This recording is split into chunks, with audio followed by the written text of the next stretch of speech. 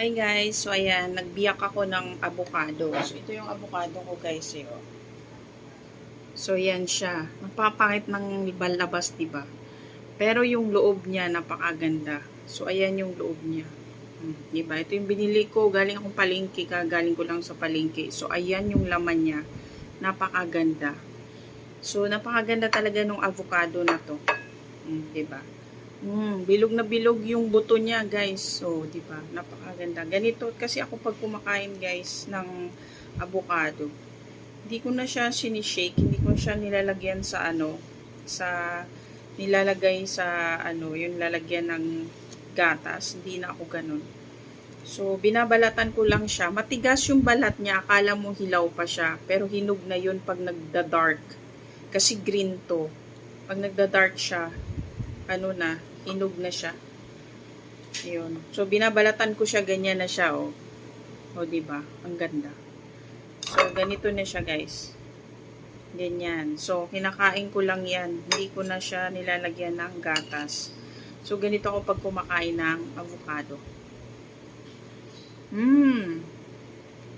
Sobrang creamy.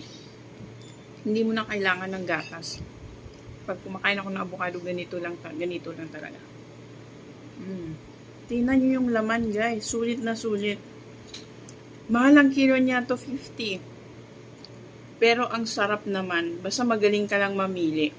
Kasi minsan makakapili ka talaga ng sira. Pero ito ang sarap po. So yummy. Yummy na healthy pa.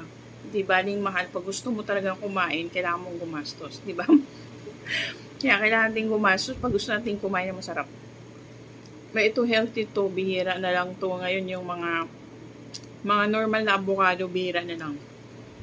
Pero ito ngayon, ang sarap. Hindi kasi to guys, yung normal na avocado na yung katulad sa atin na binibili. Ito talaga parang cultured ata siya. Parang iba yung season niya. Kasi ngayon to madami. Sabi nung titinda. Sarap. Sa kadiwa ko to nabili, guys.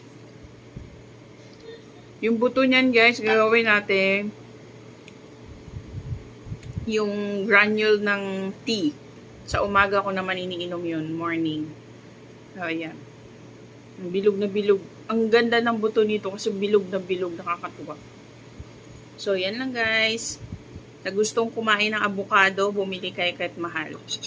Masarap, pero ganito yung bilhin nyo. Ang dami nito sa